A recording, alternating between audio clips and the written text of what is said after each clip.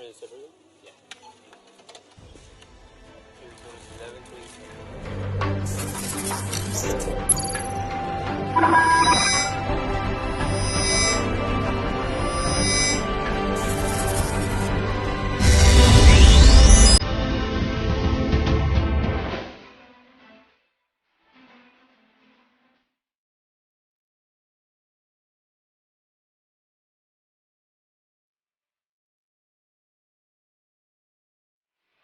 So, thank you very much.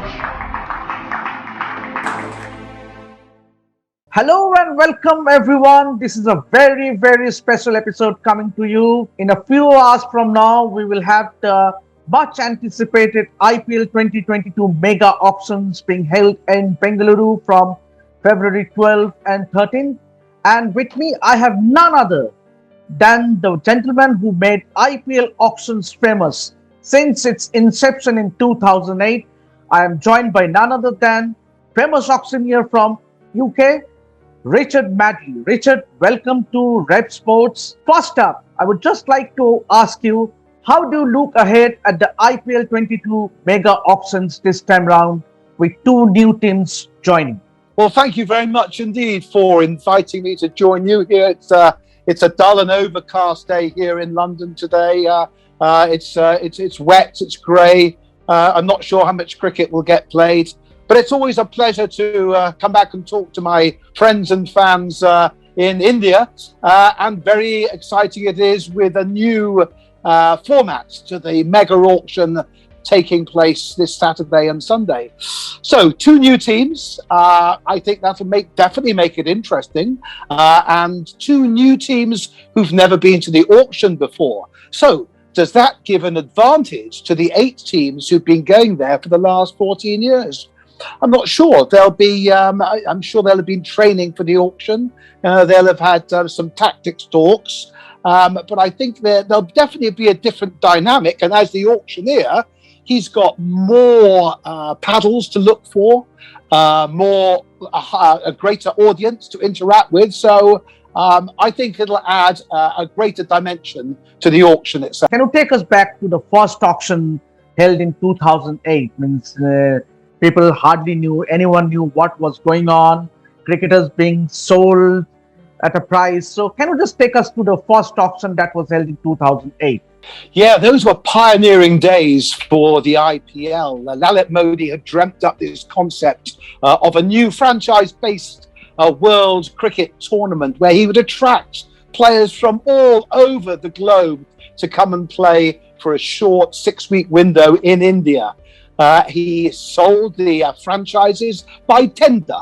The city-based franchises had already been established. And then he came up with this idea of auctioning off the players. Well, nobody had ever done that before. It was a really quite wild idea. I read about it in the papers. It was reported in the London Times. And then I got a phone call to say, have you heard what's happening in India? And I said, sure, I've heard about it. They said, what do you think? I said, it sounds pretty crazy to me. And they said, would you come and help us? And I said, of course. And so I was invited to come up to London to help write the rules and regulations for the very first IPL auction. Now, I'd been an auctioneer then for over 30 years in London and in New York and in Canada. I traveled the world as an auctioneer and appraiser. And I've sold furniture, pictures, silver jewelry, clocks and carpets, but nobody had ever sold cricketers. But we used the same format as we did for standard auctions. The rules and regulations were pretty much the same, but we had to talk about base prices, i.e. what we would call reserves. We would agree the increments. And then we talked about dividing the players into sets. The marquee players, followed by the specialists, the fast bowlers, followed by the batsmen, followed by the spin bowlers, followed by the wicket keepers. And overnight, we formatted the first IPL auction in an office in London. And then at the end of the meeting, the person running from IMG said to me, have you ever been to India? And I said, no, I've always wanted to. And they said, right, get yourself a visa, pack your bags, you're coming out, because next week you are conducting the auction. And on that day, February the 20th, 2008, the Oberoi Hilton in Mumbai, the world of cricket changed forever. It was quite an extraordinary day. I look back now and it seems like only yesterday, but on that day, things changed for, I think, the better.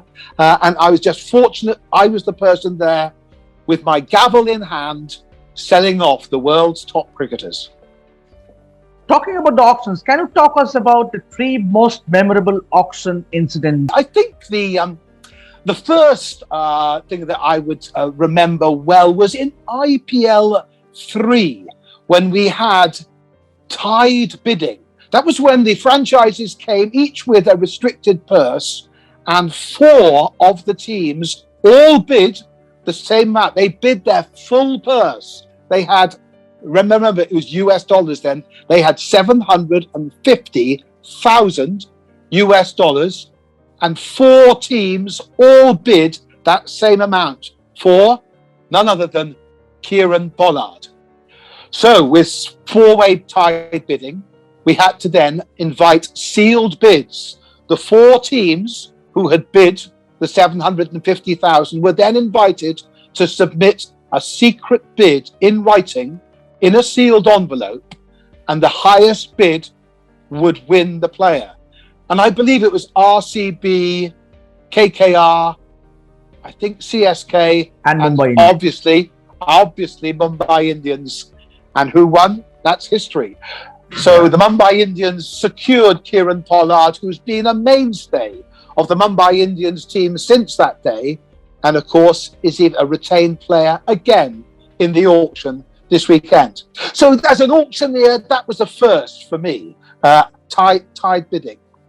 As a former wicketkeeper, batsman myself, obviously it was a great honour, a privilege, and a surprise to open the bidding for Mahendra Singh Dhoni in IPL 1, with a base price, I believe, of $400,000 US dollars.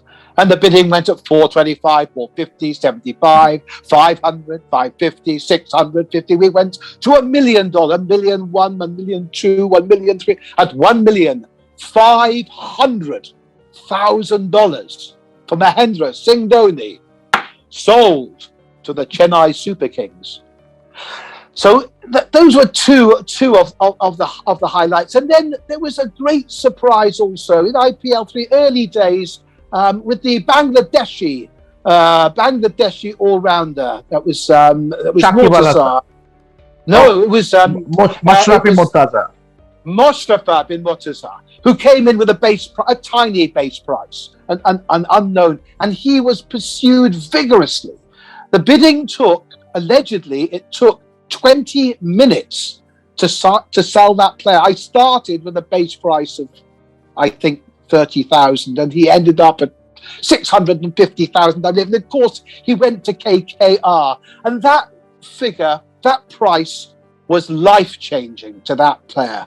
And it taught me that my role as the IPL auctioneer was not just that the players settled into the right teams and teams built themselves around the right players, but those players themselves could have their lives changed in my hands. If they got the bids that they required, their lives were changed forever. And that was an exciting part of my role in the 10 years that I was the IPL auctioneer. I met some very charming and very understated players, meeting Gautam Gambhir after he had sold for a record sum back in 2011-12. What a charming man, very quiet, very unassuming, and very grateful. He thanked me for what I'd done for him. And in the same way, perhaps the greatest privilege at the very beginning of the first tournament, 2008 in Bengaluru, meeting the man himself, MS Dhoni. And again, I was struck by his humility. The man was quiet and unassuming, very charming, very graceful, and again, very appreciative of what I had done for him. So, although I have made many cricketers millionaires, I've met very few of them. And the interesting fact is that I know very few of them, but they all know me. Yeah, everyone knows Richard Madley. That's guaranteed. Richard, my next question is that have you seen the IPL grow over the years? I mean, since starting in 2008, now it's been regarded as one of the top brands in the world in global sports. So, how do you see IPL grow over the years? Well, it started, I guess, at a low base when people were, let's be very honest, skeptical about its potential. And the investors who bought those franchises in 2007 or early 2008 were taking a great risk. It was a gamble. There is no doubt about it.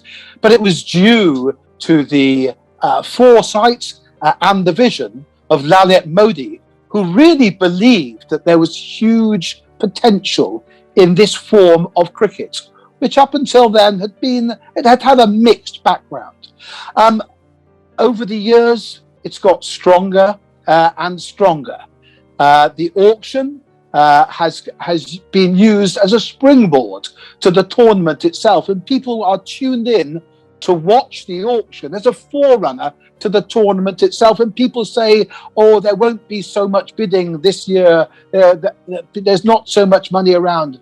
Oh yes, there is. The brands have strengthened, they've got bigger, they've got wealthier, and they have all become more and more sophisticated, expanding their fan base, and it has been fascinating to watch it over that period.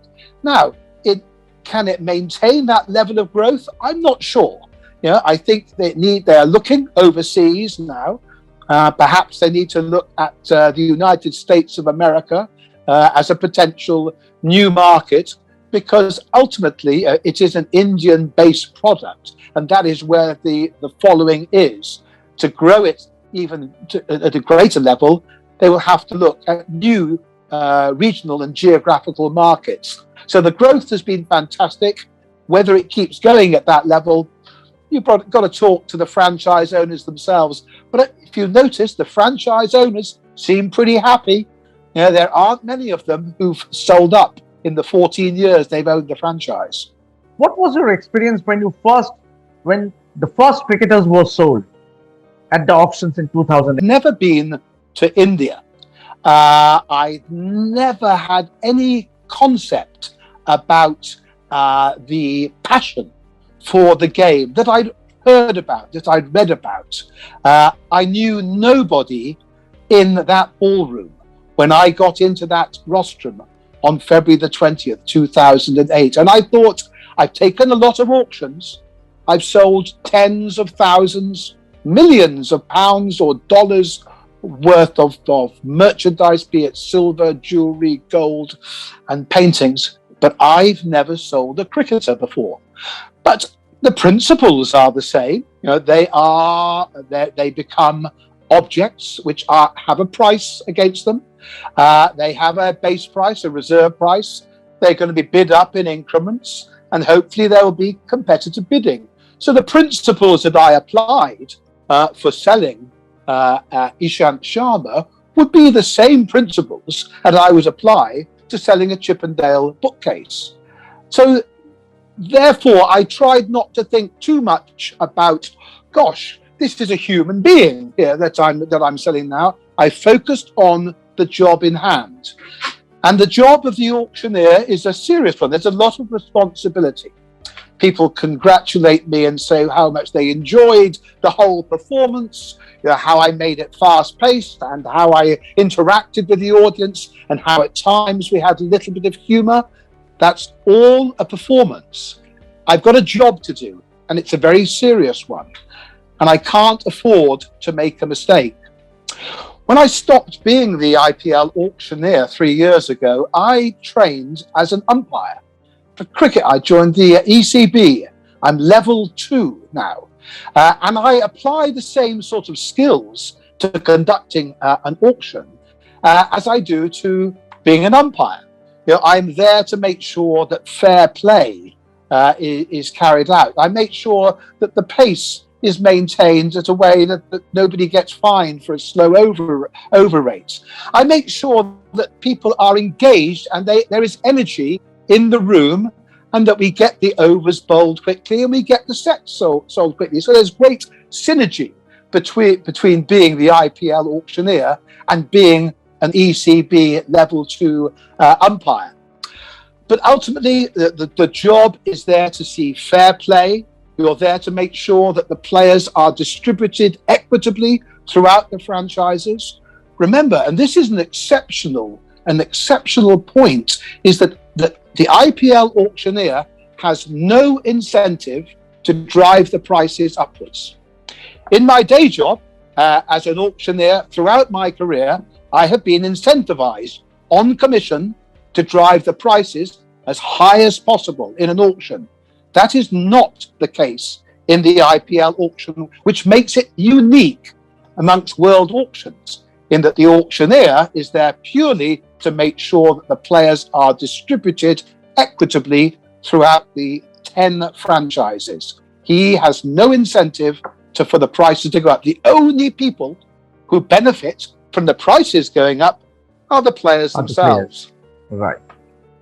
So, Richard, who, according to you, have been the most consistent among the franchise over the years when it comes to IPL auctions?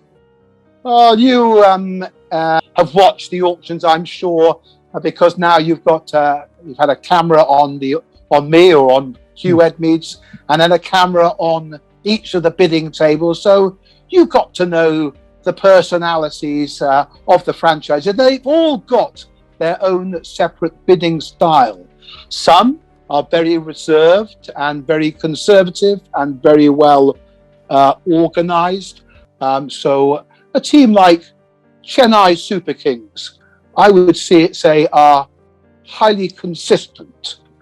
I would say that the Rajasthan Royals have the shrewdest of the bidders in Manoj Badali. He really should be playing poker as opposed to bidding at the IPL auctions. And the Chennai Super Kings, the KKR.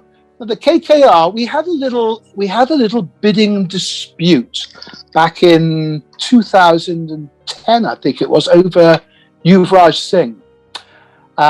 In fact, 2014, and there was a bid of 10 crore for Yuvi, and the bidding was with the RCB. And you will hear me on the camera, I'm very clear that the bidding is with the Mumbai Indians now. It's against you, Chennai.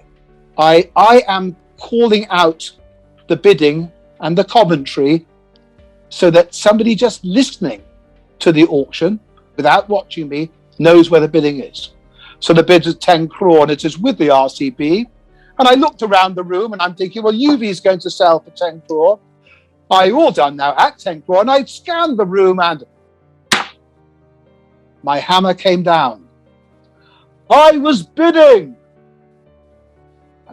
And at far right, backward point in cricketing terms, backward point on the boundary, the man holding the paddle for the KKR was bidding. Now, I am a human being. I've got no VAR. I can't go upstairs. I'm on my own there. I've got to make a decision, a split decision at that time. So the first thing I would said is, I did not see your bid. So I'm telling everybody that I'm a human being. I'm not a computer, and I have no technical support.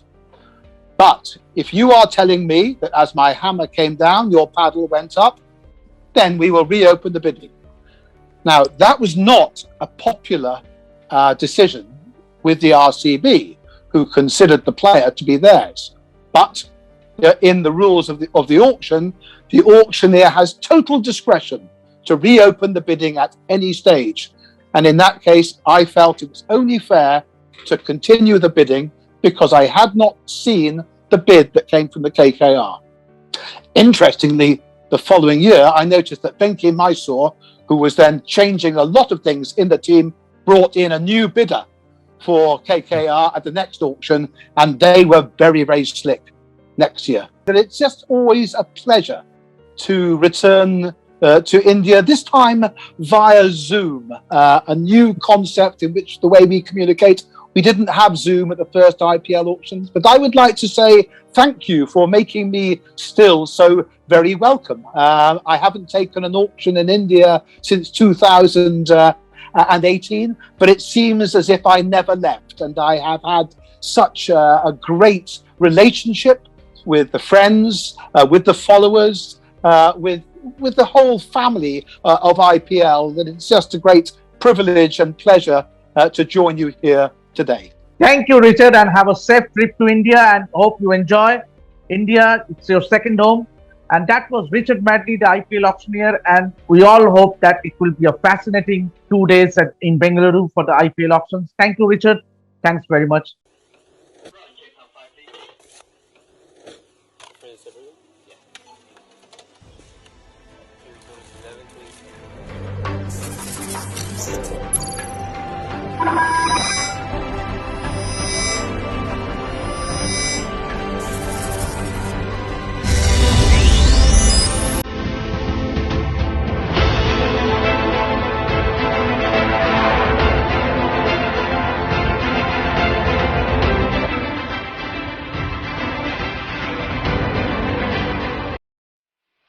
So, thank you very much.